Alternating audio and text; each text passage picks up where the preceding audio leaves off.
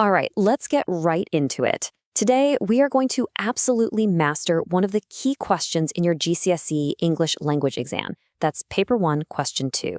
My goal is that by the end of this, you'll feel like a true language analysis pro.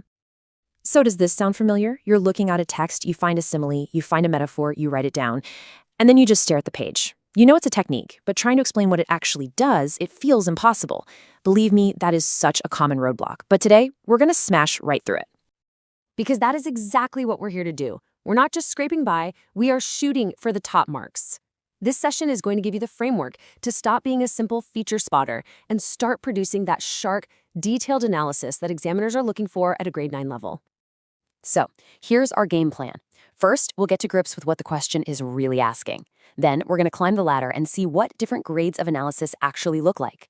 I'll introduce you to a really powerful tool, the what, how, why method, and show you how to use it for that grade 9 depth. And to finish, we'll pack your analysis toolkit. You ready to get started? Okay, first things first, let's get absolutely crystal clear on what this question is all about. You've got to know what the target is before you can hit the bullseye, right? So this whole question is about Assessment Objective 2, or AO2. Now, I know it sounds a bit formal, but what it really means is getting into the writer's head. The key words here are analyze how writers use language to achieve effects.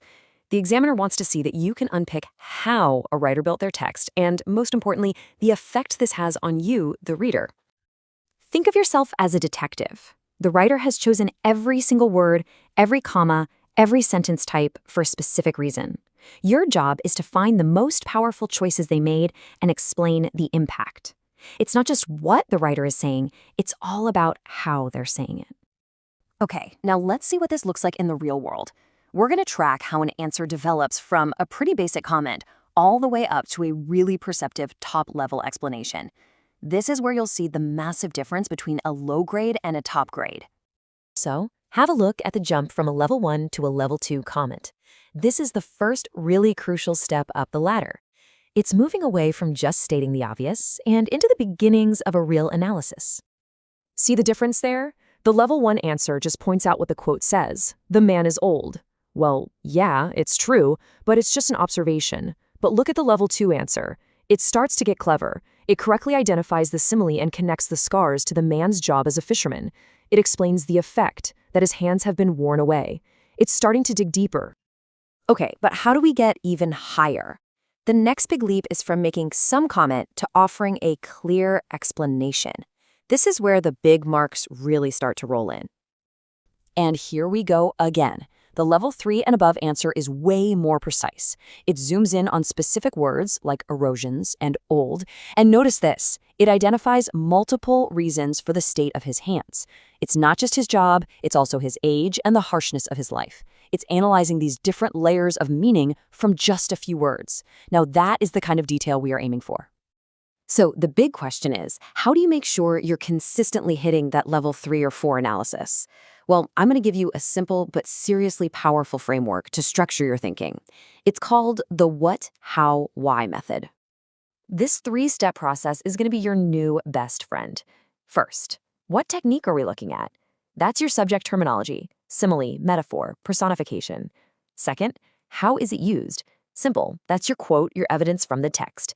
And third, and this is the most important step of all, why did the writer use it?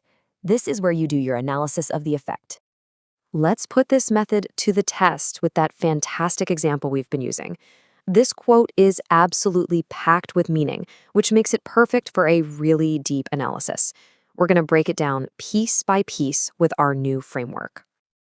And now, for the really good stuff. We are going to use the what, how, why method to build a perceptive grade 9 level analysis from that one single quote.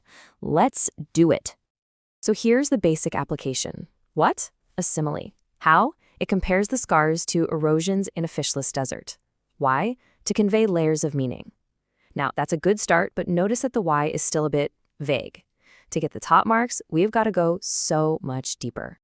Right, here's the key to everything.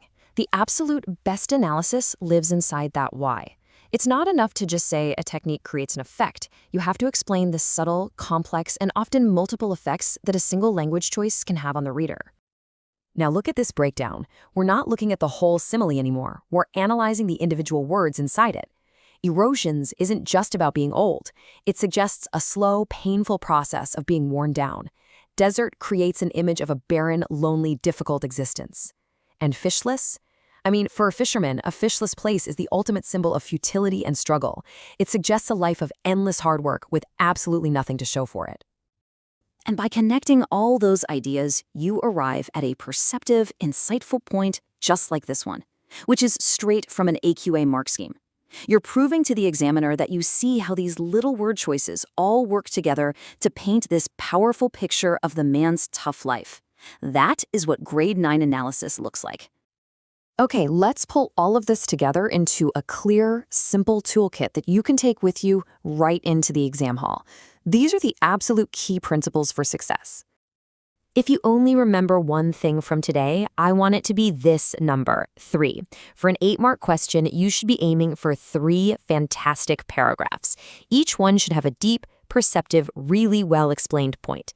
This is so much better than trying to write 6 or 7 shallow, feature-spotting comments.